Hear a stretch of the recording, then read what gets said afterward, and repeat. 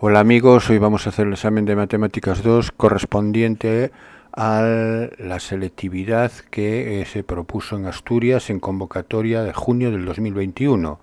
El primer ejercicio dice así: un operador turístico vende a las agencias locales viajes concertados al Caribe y las Maldivas y Tailandia.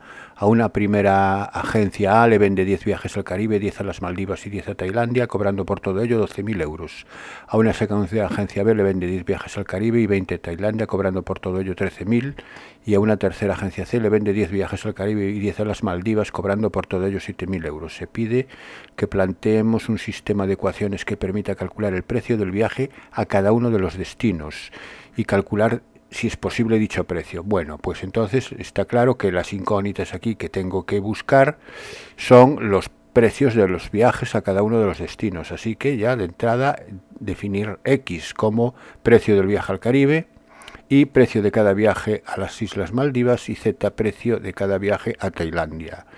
Pues a partir de aquí vamos a volver a leerlo y vamos escribiendo las ecuaciones que se corresponden con el enunciado del problema. Me dice que a la primera agencia, a la agencia A, le vende 10 viajes al Caribe, por lo tanto el precio serían 10X, 10 a las Maldivas, 10Y, y 10 a Tailandia, 10Z. Y si cobra 12.000 euros es el total de lo que le tienen que pagar dichas agencias, así que sería 10X más 10Y más 10Z igual a 12.000. Esa es la primera ecuación. Ahora lo mismo con la agencia B. A la segunda agencia le vende 10 viajes al Caribe, que serían 10X, y 20 a Tailandia, que serían 20Z, y me cobran por todo ello 30.000, es decir, que sería 10X más 30Z igual a 13.000. Y a la tercera agencia C le vende 10 viajes al Caribe, 10X, y 10 a las Maldivas, que sería 10Y, cobrando 7.000, es decir, 10X más 10Y igual a 7.000. Bien, una vez que ya tenemos planteadas las tres ecuaciones de nuestro sistema, vamos a simplificarlas si es posible y a ordenarlas. Ordenarlas quiere decir escribirlas en el orden X y Z siempre en un miembro, y todo lo que no tenga variable, todo lo que no tenga incógnita a la derecha, que serían los términos independientes. En este caso ya están ordenadas. Y lo que sí puede son simplificarlas, porque fijaros que puedo dividir por 10 ambas ecuaciones, tanto en la primera como en la segunda y en la tercera se pueden dividir por 10 y quedan las siguientes ecuaciones simplificadas. X más Y más Z igual a 1200, X más 2Z igual a 1300 y X más Y igual a 700. Lo que he hecho ha sido dividir por 10 en los dos miembros. Bueno, entonces tengo ecuación 1, 2 y 3, las voy a denominar así. Una vez que ya tengo el sistema planteado, voy a tratar de resolverlo. ¿Cómo lo resuelvo? Bueno, aquí se puede resolver de muchas maneras. Se puede resolver por el método de Kramer, por el método de Gauss y por los sistemas clásicos: reducción, sustitución e igualación. Yo lo voy a resolver por una reducción, porque fijaros que si yo cojo la ecuación 1 y le resto la 3, X más Y con el X más Y se anulan y me queda ya la Z despejada. Así que lo que voy a hacer es restar 1 menos, aquí hago que he hecho, a ver, porque me sale Z igual a, que he hecho 1 menos 2, le resto la 1 en la 2, no, esto no está bien, le resto la 1 a la 3, entonces si le resto la 1 a la 3, X más Y con X más Y se anula y queda que Z es 1200 menos 700, Z es igual a 500, lo que está mal es esta indicación, aquí no es 1 menos 2, es 1 menos 3, ¿de acuerdo? Sería la ecuación 3, Z igual a 500 sale de restar la 1 menos la 3, repito, bien, arreglado subsanado ese pequeño error. Seguimos. Si Z es igual a 500, pues voy aquí y X, despejo X de aquí, X de la segunda ecuación, X es igual a 1300 menos 2Z. Como Z es 500, sería 1300 menos 1000, por tanto X es igual a 1300 menos 1000, que son 300. Ya tengo la X despejada, y la Y la despejo de la última ecuación. Si X más Y es 700, si X es 300, Y es 400. Bueno, pues ya está. Entonces ya tengo los precios de cada viaje al Caribe. Sería 300 cada viaje al Caribe, 400 cada viaje a las Maldivas y 500 cada viaje a Tailandia. Bien, apartado B. Si le obligasen a rebajar un 20% al precio del viaje al Caribe, dejando los otros iguales, ¿cuánto dinero perdería? Bueno, pues vamos entonces a hacer lo siguiente. Vamos a rebajar un 20% el precio del viaje al Caribe, que sabemos que el Caribe cuesta 300, el viaje son 300 euros. Si lo rebajamos un 20%, tendremos que restarle a 300 el 20% de 300. El 20% de 300 es 60. Así que 300 menos el 20% de 300, que es 0,2 por 300, que es 60, me queda 240. Este es el nuevo precio del viaje al Caribe.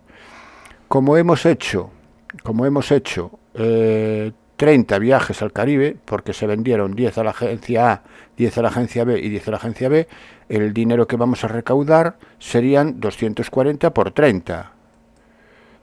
Aquí tengo 30 viajes al Caribe a 240 euros el viaje, lo que recaudamos son 7.200. Ahora bien, ¿cuál era la cantidad? Entonces, ¿qué cantidad hemos perdido al hacer la rebaja? Pues, ¿cuántos viajes teníamos? 30. ¿Y cuánto era originalmente el precio? 300. Pues serían 330, que es lo que recaudaría al principio, menos 7.200. 300 por 30 son 9.000. Y 9.000 menos los 7.200, esa es la diferencia, es lo que voy a perder con respecto al precio inicial, es decir, 1.800 euros. Eso es lo que se pierde. Y ahora el apartado C me dice cuál sería el precio del viaje a las Islas Maldivas, es decir, cuál sería el precio I necesario para compensar la bajada del 20% del viaje al Caribe y así recaudar el mismo dinero. Entonces tenemos que recaudar los 9.000 euros iniciales una vez para compensar los 1.800 que hemos perdido. Tengo que incrementar el precio del viaje a las Maldivas, el precio de. Entonces sabemos que los 20 viajes a las Maldivas, por el incremento que vaya a hacerle, tiene que ser los 1.800 euros que he perdido en el apartado 2. Por tanto, el incremento que tengo que añadirle al viaje de las Islas Maldivas es 1.800 partido por 20. El 20 está multiplicando y pasa dividiendo en 1.800. Así que el incremento será de 90 euros. Por lo tanto, ¿qué precio tiene que tener cada viaje? Pues como inicialmente tenía y valía 400, ahora le tengo que incrementar 90 euros. Así que el viaje a las Maldivas pasaría a costar 490 para poder compensar la pérdida acontecida en el apartado B. Vale, pues ya estaría el primer ejercicio resuelto. Pasamos al ejercicio siguiente. Me dan una matriz A con un parámetro A perteneciente a R, una matriz X de incógnitas, la matriz columna X y Z, y me dicen que escriba el sistema de ecuaciones AX igual a X en la forma BX igual a 0. Bueno, es decir, que tengo que dejar la X a la izquierda y a la derecha un 0. Bueno, pues para anular el miembro de la derecha, la X que está aquí, en el lado de la derecha, la paso restando a la izquierda, es decir, que quedaría AX menos X igual a 0. Y ahora saco factor común a X, como X está multiplicando a por la derecha, saco factor común a X por la derecha y me queda A menos I por X igual a 0. Una vez que ya tengo esto, ya está en la forma B por X igual a 0, donde B es A menos I. Es decir, he pasado a la forma B por X igual a 0 con B igual a menos I. Ya lo tengo escrito de esa manera. Entonces ya queda resuelto el apartado A. En el apartado B me dice para qué valores de A el sistema tiene infinitas soluciones. Se está refiriendo evidentemente al sistema B por X igual a 0, que es equivalente por otra parte a X igual a X. Entonces, pero yo ya voy a trabajar con con BX igual a 0. Entonces este sistema se transforma en el siguiente. A ver, ahora la matriz principal es B, aquí. La matriz principal es B y B es A menos 1, menos I, perdón, A menos la identidad. Restar la identidad es restar 1 a cada elemento de la diagonal principal y el resto permanece como está. Entonces aquí la diagonal de B me queda A menos 1, 0 menos 1, que es menos 1, y A menos 1 de nuevo. Y el resto de elementos siguen siendo los mismos. Bien, multiplicado por X igual a 0, 0, 0. Bueno, entonces lo que obtengo así es un sistema homogéneo. Es un sistema homogéneo porque los términos independientes son todos nulos. Recordar que el sistema homogéneo siempre es compatible. ¿Por qué? Porque por lo menos siempre va a tener la solución X0 y 0 y Z0. Así que siempre es compatible. Lo que ocurre que puede ser determinado e indeterminado. ¿Cuándo es compatible determinado? Es compatible determinado cuando el rango de la matriz principal coincide con el número de incógnitas, en este caso 3. Y es compatible indeterminado, es decir, con infinitas soluciones cuando el rango es menor que 3. Y el rango de esta matriz es menor que 3 cuando ocurre que su determinante es 0. Así que vamos a hacer el determinante de esta matriz. El rango es menor que 3, determinante igual a 0. Y el determinante, si lo hacemos por la regla de Sarrus, es a menos 1 por a menos 1 por menos 1 es menos a menos 1 al cuadrado. Aquí sería 0 por 0 por 0. Aquí sería menos 1 por menos 1 es más 1. Y luego por la diagonal secundaria es 0, 0 y 0. Bien, pues me queda esto. ¿Para qué valores de a esto se anula? Pues esto se anula cuando a menos 1 al cuadrado es igual a 1. Es decir, el menos a menos 1 al cuadrado lo paso para el otro miembro sumando y lo igualo a 1, y a menos 1 es la raíz cuadrada de 1, y la raíz cuadrada es más menos 1. Cuando tomo el valor más 1, el menos 1 pasa sumando a la derecha y queda que a sería igual a 2, y cuando tomo el menos 1 a la derecha, con el menos 1 se anulan y queda que a es igual a 0. Entonces aquí tengo dos soluciones, que son 0 y 2. Pues entonces ya tengo que, ¿para qué valores de a el sistema tiene infinitas soluciones? Pues para a igual a 0 y para a igual a 2, porque si calculamos el rango de esta matriz para a igual a 0 me va a dar 2, rango 2, y para a igual a 2 también me va a dar rango 2. Lo comprobáis, y como tienen el rango va a ser menor que el número de incógnitas, el sistema es compatible indeterminado. Apartado C. Para a igual a 0, calcula la inversa de a. Bueno, pues vamos a escribir a, ahora a, no olvidémonos ya de b, que era esta matriz, y vamos a la matriz a que la tengo en el enunciado. Me dice que para a igual a 0, sustituyo a por 0, es decir, que para a igual a 0, la matriz a se transforma en esta matriz. Es sustituir a por 0 en la matriz a. Y me dice que calcule si existe la inversa de a. Bueno, pues lo primero que voy a hacer es el determinante, y el determinante de a lo hago por la regla de Sarrus y me quedaría 0, 0, menos 1 por menos 1, 1, y luego por la secundaria sería 0, 0, 0, me da 1, el determinante de a es 1. Siguiente paso, la matriz adjunta de a. La matriz adjunta, bueno, al darme el determinante 1, como 1 es distinto de 0, ya he demostrado que entonces existe la inversa, porque la condición necesaria y suficiente para que una matriz tenga inversa es que, aparte de ser cuadrada, su determinante sea distinto de 0, y aquí lo es. El siguiente paso para construir la matriz inversa es hallar la matriz adjunta. La matriz adjunta ya en repetidas ocasiones hemos explicado cómo se realiza, así que este paso lo voy a dejar resuelto, pero no voy a explicar cómo se obtiene. Aquí además, curiosamente, la matriz adjunta coincide con la propia se transpone, el siguiente paso es transponer la matriz adjunta. Bueno, la matriz transpuesta de una dada tampoco tiene ninguna dificultad, es cambiar filas por columnas o columnas por filas. Y por último, la inversa es dividir por el determinante. Pero como el determinante es 1, entonces al dividir esta matriz por 1 no varía en absoluto, con lo cual esta matriz es exactamente la matriz inversa.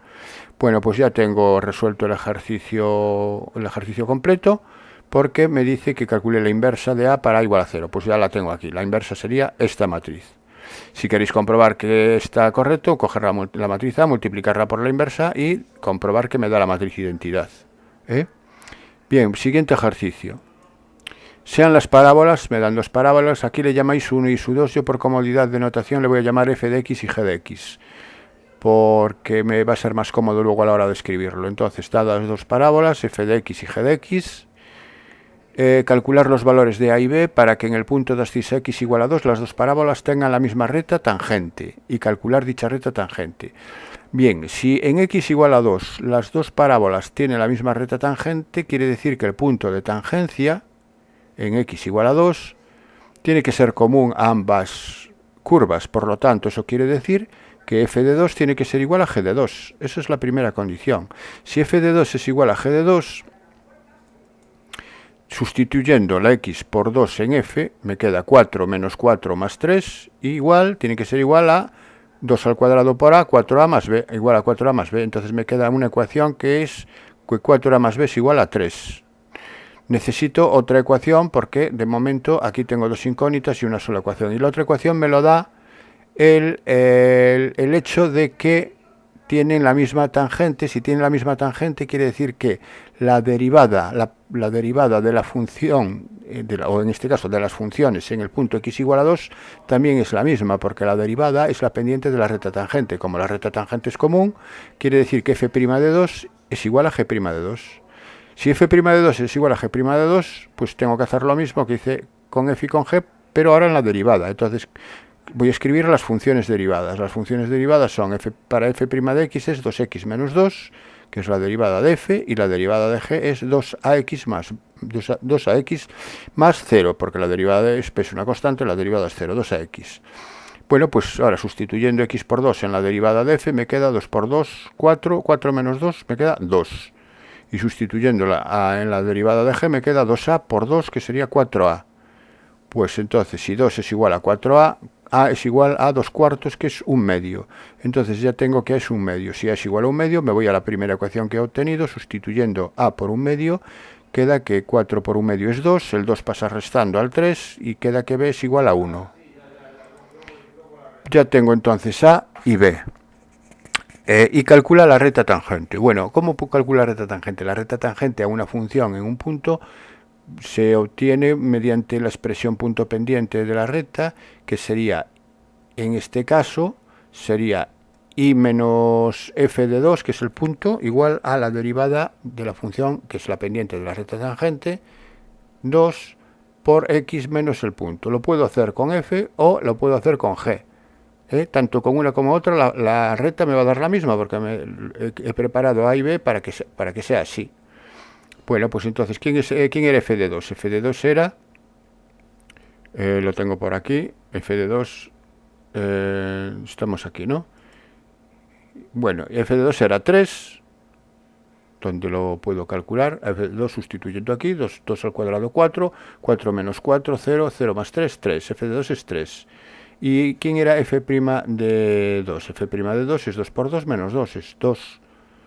Queda, entonces, aquí está, y menos 3 es igual a 2, que es la pendiente, por x menos 2. Este 3 lo puedo tener de f de 2 o de g de 2 indistintamente, y la pendiente 2 lo puedo tener de f' de 2 o de g' de 2 indistintamente. Despejo la y y obtengo la fórmula de la ecuación de la recta en forma explícita. Y ya tengo el apartado A. Vamos con el apartado B. Me dice, para A igual a 1 y B igual a 1, esboza el recinto limitado por las parábolas entre el eje Y y el punto de corte entre ellas. Bueno, para A igual a 1 tengo la función x al cuadrado más 1. Para IB1 es x al cuadrado más 1. Entonces tengo que dibujar esas dos funciones. Estas dos funciones, aquí las tengo escritas.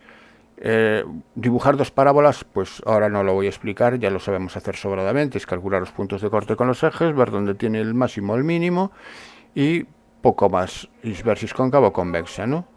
Bueno, pues son estas dos gráficas que tengo aquí. Entonces la gráfica verde es x al cuadrado más 1, y la gráfica roja es x al cuadrado menos 2x más 3.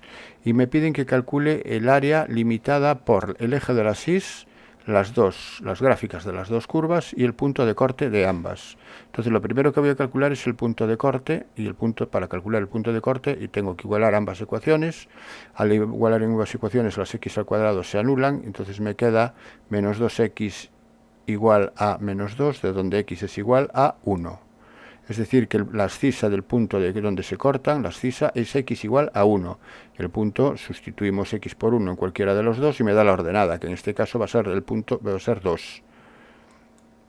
punto de corte es 1, 2. A mí me interesa la abscisa a la hora de calcular el área, porque el área va desde el eje de las y, que sería x igual a 0, sería el punto más a la izquierda del área, hasta el 1. Entonces es la integral desde 0 hasta 1, de la función que la limita por encima, que es la función x al cuadrado menos 2x más 3, menos la función que la limita por debajo, que es x al cuadrado más 1. Es decir, que sería esta área sombreada que se obtiene haciendo lo que acabo de decir, la integral entre 0 y 1 de la función x al cuadrado menos 2x más 3, menos la función g, que es x al cuadrado más 1. Lo que pasa es que ya no lo pongo entre paréntesis, y el menos al restar ya me afecta al más 1 cambiándolo de signo.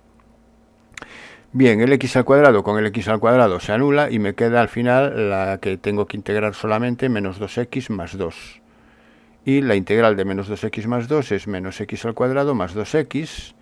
Como es una integral definida, entre los límites de integración 0, 1, tengo que aplicar la regla de Barrow, que consiste en sustituir esta expresión que está entre corchetes por 1, que me daría menos 1 más 2, es decir, me queda 1, menos y sustituirla por 0, me queda 0 más 0, 0, 1 menos 0, es decir, que al final el resultado es una unidad al cuadrado de superficie, donde un u cuadrado es un cuadrado 1 por 1, en el sistema de referencia. Efectivamente, aquí se puede observar que esto, es decir, este tramo que queda por arriba, compensa lo que pierdo por abajo y me da, parece ser que efectivamente me da una unidad al cuadrado esa área, ¿no?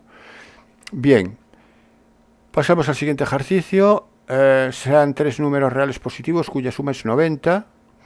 Y uno de ellos es la media de los otros dos. Determina los números de forma que el producto entre ellos sea máximo. Bueno, este es un problema de máximos y mínimos. Partimos de 3 números, vamos a llamarle x y z, de forma que la suma sea 90. Y uno de ellos es la media de los otros dos. Bueno, ¿cuál voy a tomar? Me da igual. Aquí puedo tomar cualquiera de los tres. Voy a tomar el y, por ejemplo.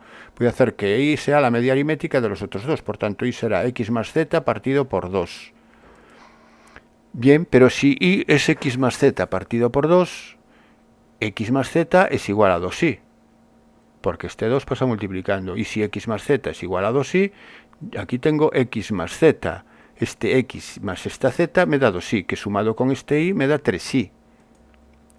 Lo voy escribiendo, x más z es 2y, y entonces el x más z lo sustituyo aquí, me queda que 2y más y serían 3y, 3y igual a 90, de donde y es igual a 90 entre 3, y es igual a 30. Ya tengo el valor de y ya concreto, que es 30. Vamos a ver qué podemos hacer con x y con z. Bueno, pues entonces lo que hacemos ahora es lo siguiente. Si y es 30, x más z es 2 por y, es 60. Si x más z es 60, z es 60 menos x.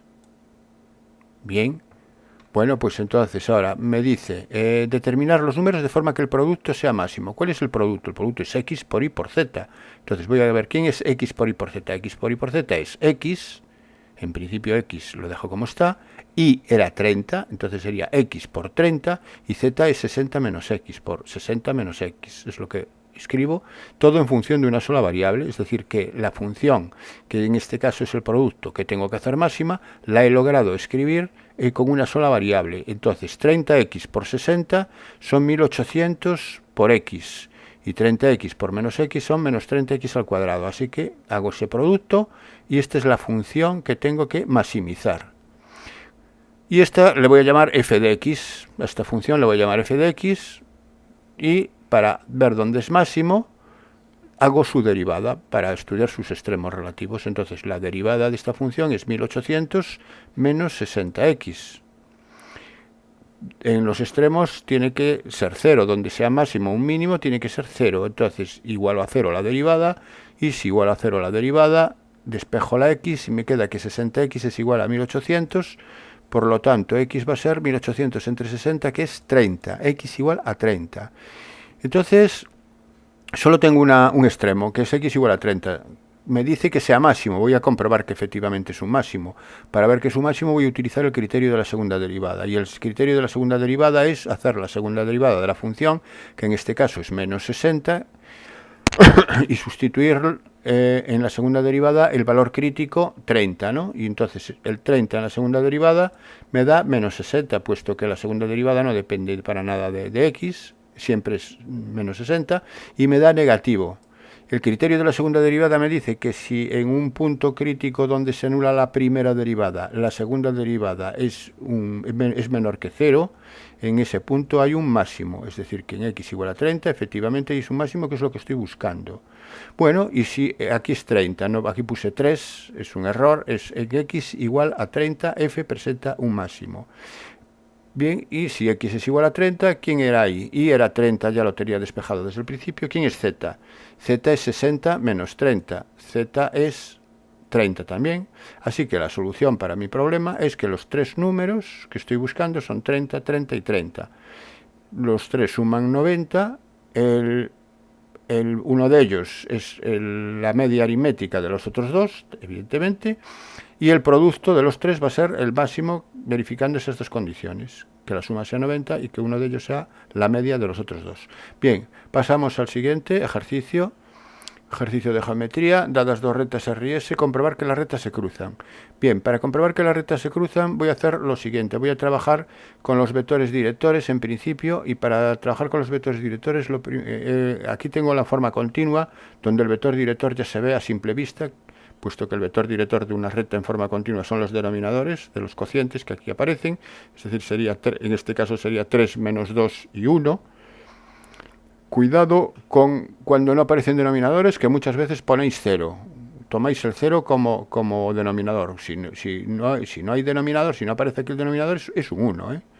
Bien. Vamos con la recta S. Para la recta S lo que voy a hacer es pasarlas a paramétricas para ver el vector, porque aquí en principio directamente el vector no se ve, y para pasar a paramétricas consiste en resolver este sistema que es compatible indeterminado, es dándole libertad a una de las incógnitas, le voy a dar libertad ahí y voy a llamarle ahí alfa. A z no le puedo llamar evidentemente alfa porque z es constante, z vale 1, entonces z no me valdría, pero ahí sí se lo voy a llamar.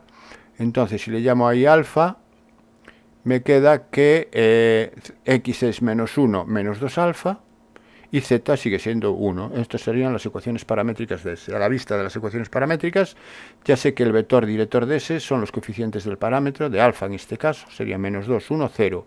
Ese es el vector director de S, menos 2, 1, 0. Y un punto de S que lo voy a necesitar, un punto de S va a ser el menos 1, 0, 1, que es lo que suma a las expresiones con parámetro. Bien, y para R ya lo tengo a la vista. El vector director de R es el 3 menos 2, 1, como decía antes, y un punto de R es el menos 1, 1, 0, que es lo que resta a la X, a la Y, a la Z, respectivamente, en los numeradores. Bien, entonces, para ver cómo son estas dos rectas, lo primero que voy a ver es cómo están las direcciones de sus vectores director. Para ello estudio el rango de los vectores, el rango formado por los vectores. Y este rango va a ser rango 2. ¿Por qué va a ser rango 2? Porque encuentro menores de orden 2 no nulos. Por ejemplo, el menos 2, 1, 1, 0, es un menor de orden 2 no nulo. Si el rango es 2, por definición de rango, el número máximo de vectores linealmente independientes es 2. Así que ambos vectores son linealmente independientes, eso quiere decir que están en distinta dirección, y si están en distinta dirección, lo que tengo claro es que las rectas no pueden ser ni paralelas ni coincidentes, porque, repito, los vectores tienen distinta dirección. Solo me queda, entonces, a partir de aquí sé que solo me quedan dos alternativas, es que se crucen en el espacio o que se corten en un punto, que es cuando los vectores tienen distinta dirección. ¿Y cómo puedo dilucidar cuando se trata de un caso o de otro? Bueno, pues entonces cojo y hago el rango de la matriz ampliada con el vector PQ, donde P y Q son los puntos de las dos rectas, de una recta y de la otra. Entonces el rango de esa matriz ampliada ahora sería el rango de esta matriz, donde el vector PQ es el 0, menos 1, 1, es el que acabo de ampliar. Fijaros que PQ es Q menos P. Es menos 1, menos 1, 0. 0, menos 1 y 1, menos 0, 1. Este es de aquí, la última fila es el vector PQ. Para ver el rango de esta matriz, como es una matriz 3×3, puede tener rango 3, siempre y cuando el determinante sea distinto de 0. Entonces lo primero que tengo que hacer es hallar el determinante de esta matriz, y el determinante de esta matriz me da 1. Ya lo hago, aquí indico es 1. Como es distinto de 0, he encontrado un menor de orden 3 no nulo dentro de la matriz de esta matriz, por tanto el rango es 3. Y si el rango es 3, no hay necesidad tampoco de memorizar las casuísticas. Si el rango es 3, los rangos son distintos de la matriz de los vectores y de la ampliada. Aquí implícitamente hay un sistema de ecuaciones lineales a resolver, y como los rangos son distintos, por el teorema de Rouchet va a ocurrir que el sistema es incompatible. Entonces, el sistema es incompatible. Si el sistema es incompatible, no hay puntos en común. Si no hay puntos en común, las rectas no se pueden cortar en un punto, así que solamente le queda la posibilidad de cruzarse en el espacio. Entonces ya queda demostrado por rangos que ambas rectas se crucen. Otra forma de resolver este apartado es pues obtener las ecuaciones cartesianas de R, igual que están escritas en S están en forma implícita o cartesiana, y aquí hacer lo mismo, y me quedarían 4 ecuaciones. Pues sería resolver el sistema formado por esas 4 ecuaciones lineales, y el sistema formado por esas 4 ecuaciones lineales me va a dar que es incompatible, y si es incompatible las rectas se van a cruzar, comprobando siempre previamente que los vectores directores tienen distinta dirección, porque el sistema puede ser incompatible y pueden ser las rectas paralelas, porque en el caso de paralelas tampoco tienen puntos en común. Bueno, en todo caso el más rápido es este método es el más rápido. Bien, apartado A resuelto. Vamos con el apartado B. Obtener un plano que contiene a S y es paralelo a R. Bueno, pues para obtener un plano que contiene a S y es paralelo a R, a ver, ¿para qué necesitamos para determinar un plano? Necesito un punto y lo tengo. Pues sí, porque si el plano contiene a S, todos los puntos de S están en el plano, así que me sirve un punto cualquiera de S. Y ya lo tenía aquí, que por ejemplo me sirve el punto Q. Ya tengo el punto, y necesito dos vectores que me determinen la dirección del plano. Si S está contenido en el plano, el vector director de S me sirve como dirección del plano, y como es paralelo a la recta R, el vector director de R también me sirve como vector director del plano. Así que voy a utilizar esos 3 elementos. Voy a utilizar el punto, que es el menos 1, 0, 1, de aquí que me quede x menos 1 y menos 0, z menos 1, el vector director de S, que es el menos 2, 1, 0, que ya lo he calculado en el apartado anterior, y el vector director de R, que es el 3, menos 2, 1, y igualar a 0. Al desarrollar este determinante, obtengo el plano que me están pidiendo aquí.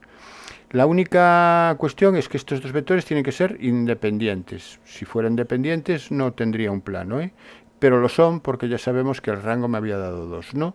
Bueno. ¿Cómo desarrollo este determinante? Pues lo desarrollo por los adjuntos de esta fila. Sería x más 1 por su adjunto. X más 1 por su adjunto es eliminar la fila y la columna que contiene el x más 1 y me queda 1 por 1 menos 0, es decir, 1 por x más 1, me queda x más 1.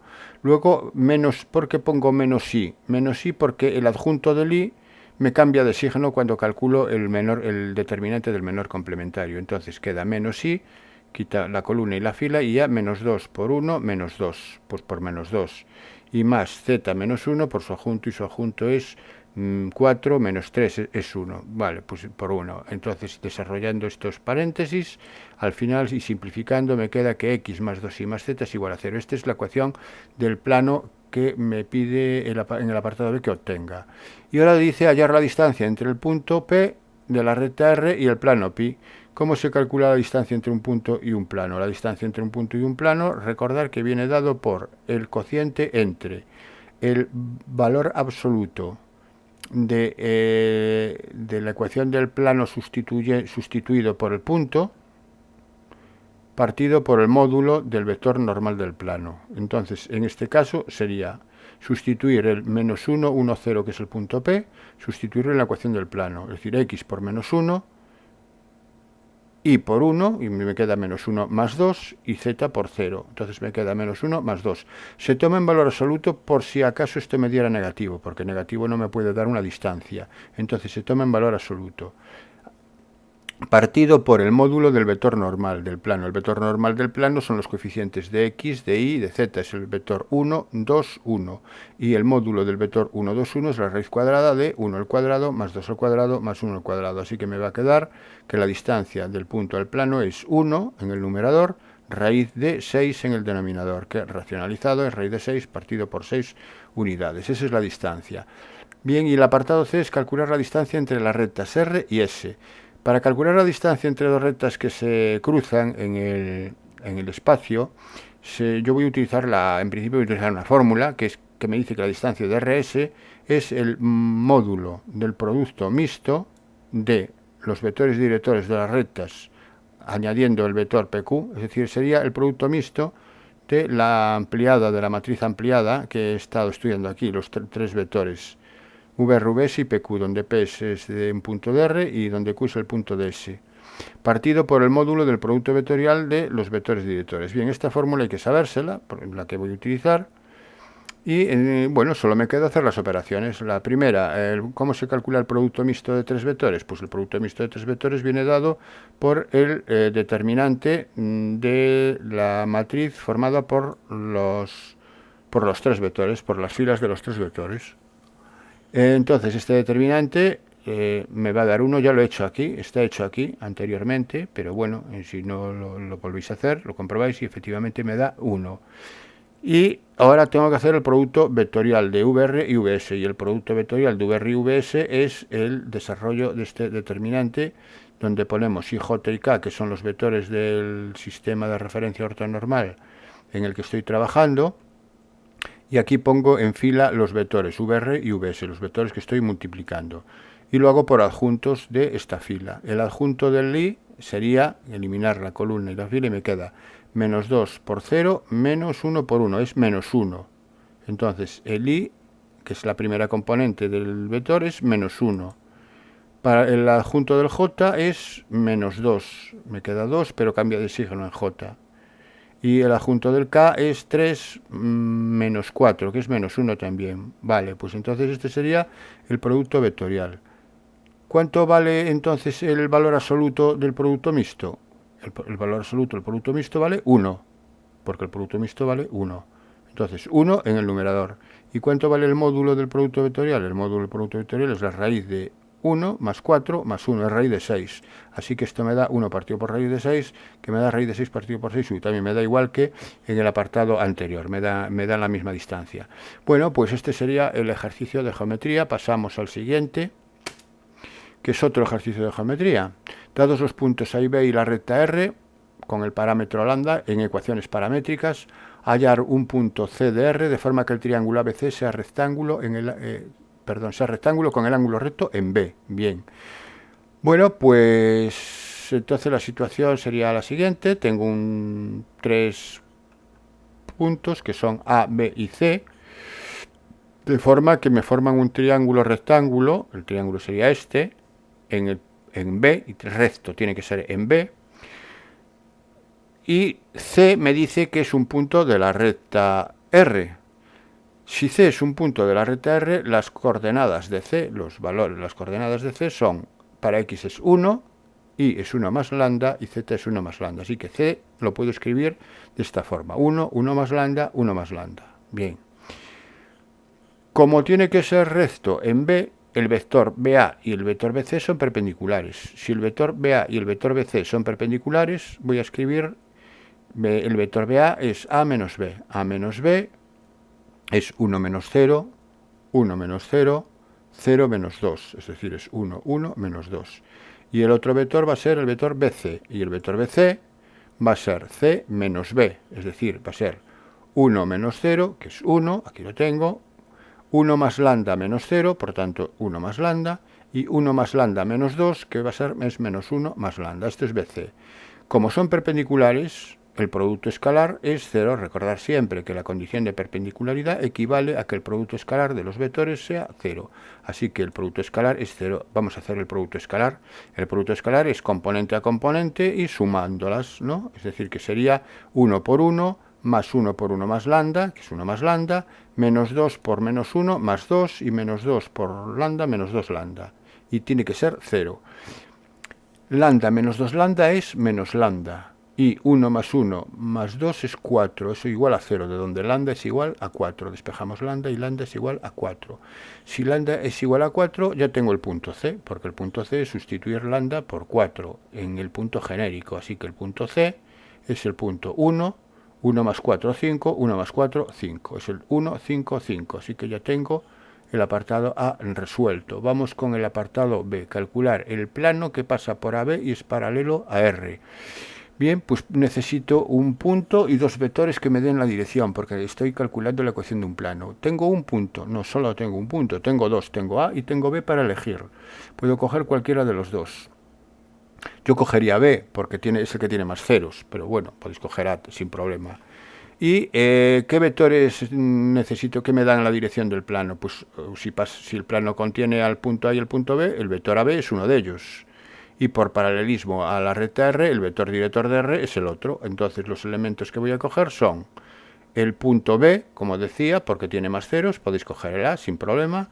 Voy a coger el vector BA o el vector AB, podéis coger si queréis. Aquí la diferencia es que es el sentido, la diferencia entre uno y otro es en el sentido. Yo como lo quiero para dar una dirección me da igual el sentido, no me preocupa. Entonces el BA es A menos B es 1 menos 0, 1 menos 0, 0 menos 2, es el 1, 1 menos 2, porque además ya lo tenía aquí calculado, ya lo aprovecho. Y el otro es el vector director de R, y el vector director de R son los coeficientes del lambda en las ecuaciones paramétricas. Como la X no tiene lambda, quiere decir que el coeficiente es 0. Aquí tiene el lambda está multiplicado por 1 y aquí lambda está multiplicado por 1, es el 0, 1, 1. Bueno, y con este punto y estos dos vectores hago el desarrollo de este determinante, x menos 0, que el punto, y menos 0, z menos 2. Y luego los vectores 0, 1, 1, 1, 1 menos 2 igual a 0, haciendo el desarrollo de este determinante, o bien por la regla de Sarrus, o bien por los adjuntos de la primera fila, que es como lo hago yo. Me queda este desarrollo igual a 0, y sacando paréntesis y ordenando, me queda la ecuación del plano que estoy buscando. Y acabo con ello el ejercicio. Pasamos al siguiente. Me dice, en un edificio hay 2 ascensores, cada vecino cuando utiliza el ascensor lo hace en el primero el 60% de las veces y en el segundo el 40% de las veces. Bien, entonces el porcentaje de fallos del primer ascensor es del 3% y del segundo es del 8%. Un vecino usa un ascensor, ¿cuál es la probabilidad de que el ascensor falle? Bueno, también este es el típico problema de siempre, del teorema de la probabilidad total, y luego un apartado, el apartado B, que será del teorema de Bayes con toda seguridad.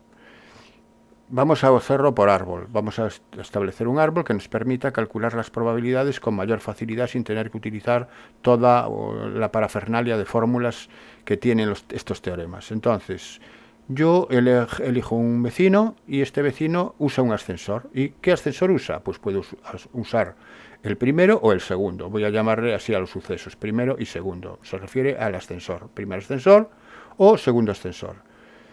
¿Con qué probabilidad? Pues coge el primer ascensor con probabilidad 60%, es decir, probabilidad 0,6. Y 0,4 si coge el segundo. La suma siempre tiene que dar 1. ¿Qué estudio a partir de este suceso? Una vez que ya tengo elegido el ascensor, ¿qué es lo que tengo que estudiar? ¿Qué me interesa? Me interesa si el ascensor falla o no falla. Es lo que me están dando aquí.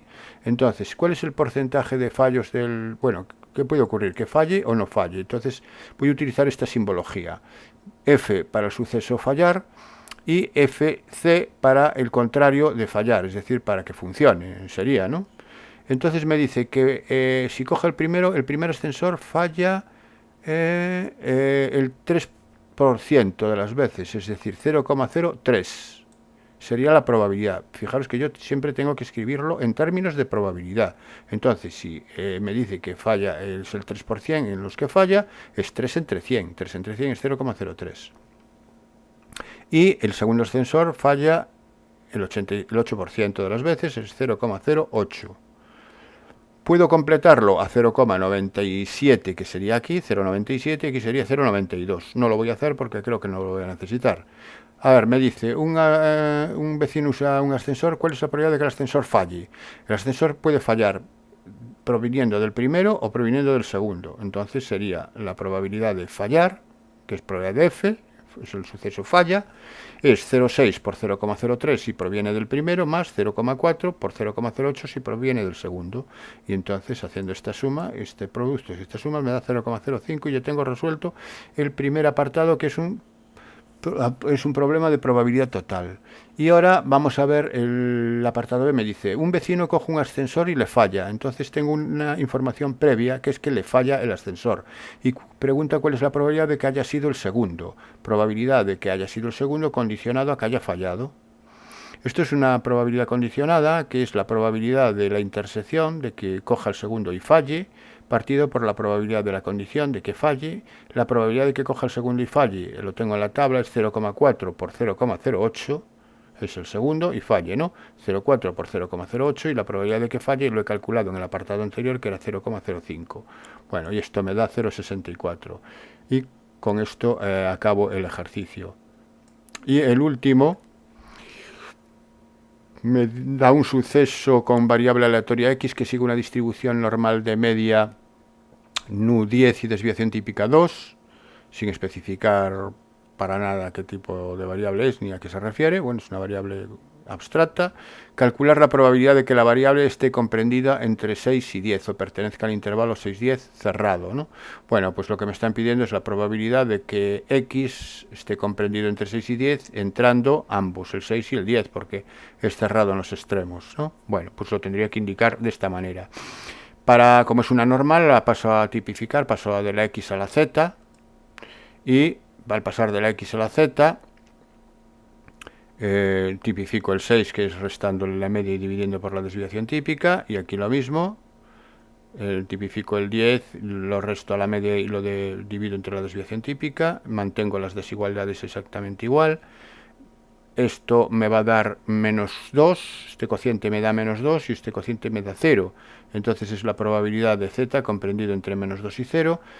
Aquí, en este caso, la función de distribución me la dan, en vez de dármela como probabilidad de z menor o igual que x, que es como lo suelo yo escribir normalmente, me lo dan con la notación de función de distribución, por f de 0, f de 1, etcétera. Entonces voy a utilizar esa notación también. Esta desigualdad sería f de 0 menos f de menos 2. Es decir, sería la probabilidad z menor o igual que 0, o f de 0, por utilizar esta notación, menos f de menos 2. La imagen en un negativo es 1 menos la imagen en el positivo. Sería f de 0 menos 1 menos f de 2. Y ahora voy a ver dónde está f de 0. Bueno, aquí no me dan tabla, pero me dan una serie de valores de la tabla, extraídos de la tabla. Por ejemplo, aquí tengo f de 0 es 0,5. Y f de 2 me lo dan aquí, que es 0,9772. Entonces es sustituir 0,5, 0,9772, hacer la operación, y ya me va a dar esto. Aquí me dan estos datos y de esa manera se evitan el tener que darme una hoja a mayores con toda la tabla de la distribución normal, que es lo habitual. Bueno, aquí por economía lo hacen de otra forma. Pues bueno, pues aquí sería el resultado, ¿no? Y el apartado B me dice, se hace una revisión de los datos y se observa que la media coincide. La media sigue siendo 10. Pero la probabilidad del 80% se alcanza en el valor x menor o igual que 12. ¿Cuál es la nueva desviación típica? Es decir, que la probabilidad de x menor o igual que 12 ahora es 0,8. Si la probabilidad de x menor o igual que 12 es 0,8, pasándola a la z, de nuevo, a la tipificada, me quedaría la probabilidad de z, ahora menor o igual que, ahora sería 12 menos 10, porque la media me dice que no cambia. Pero la desviación típica, que es lo que tengo que averiguar, sí me va a cambiar. Me dice partido, entonces pongo partido por sigma, aquí ya no utilizo el 2, igual a 0,8. Entonces ahora tengo al revés, me dan el valor de la probabilidad acumulada y tengo que averiguar el valor de z, que ahora es este. Bueno, pues ¿dónde veo aquí? Aquí tengo que buscar la probabilidad acumulada 0,8, aquí la tengo, es una lectura de la tabla a la inversa, ¿no? ¿Y de dónde proviene ese 0,8? ¿De qué valor de z? Proviene de 0,8416. Eso quiere decir que esta expresión que tengo aquí, 12 menos 10 partido por sigma, tiene que ser igual a 0,8416. Y si ocurre eso, el sigma pasa multiplicando. 12 menos 10 es 2. Y el 0,8416 pasa dividiendo ese 2, es decir, que sigma es 2 entre 0,8416, que es igual a 2,376. Ese es el valor de la desviación típica. Bueno, y con esto se acabó todo el examen. Se han hecho los 8 ejercicios propuestos, de los que tendríais que elegir 4. Espero que os haya servido de ayuda y os espero, como siempre, en el próximo vídeo.